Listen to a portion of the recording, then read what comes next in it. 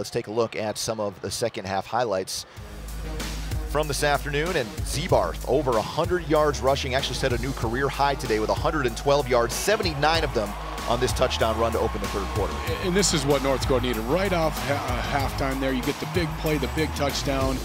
And a good job by Zebarth all game today. That power running, and he's really going to add a good element to this North Dakota offense. Nice design here as Schuster finds Quincy Vaughn for his first receiving touchdown this season. Quincy's going to give you a lot of things in that pass game, too. It's going to be exciting.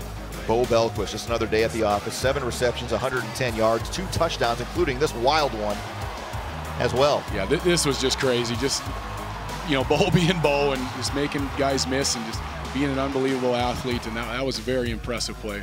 And Donovan Hunt, again, we've not heard much of this guy. He got to Grand Forks really late in the summer, but got into the end zone not only once but twice, including a big explosive 58-yard run. Yeah, obviously a lot to learn. Like a freshman, hasn't played a lot of football, but was able to get out there and make plays today.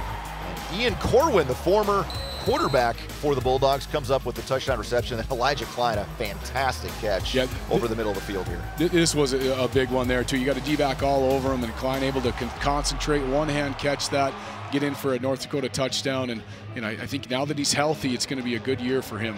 And here's the 58-yarder from Hunt. Showed nice burst here around the edge. He did, outrunning D-backs and getting all the way in there for another touchdown for UND. The Fighting Hawks run it up. 364 passing yards, nearly 300 on the ground. Did have the one turnover there late in that first half, but overall played pretty clean. They certainly did, and I think, like we said, they did what they needed to do in the second half, and that was show that, hey, once we fix some of these mistakes, once we get clicking on all cylinders, we're pretty darn good. And be able to put up 55 points and hold the team to 7, that's a good showing on week 1. And certainly an area that North Dakota was hoping to improve on was third down defense. They did that today, allowing just 33%, 6 of 18 to the Bulldogs, and put a lot of pressure on not only Bailey, but his backup Ellingson that came up as well.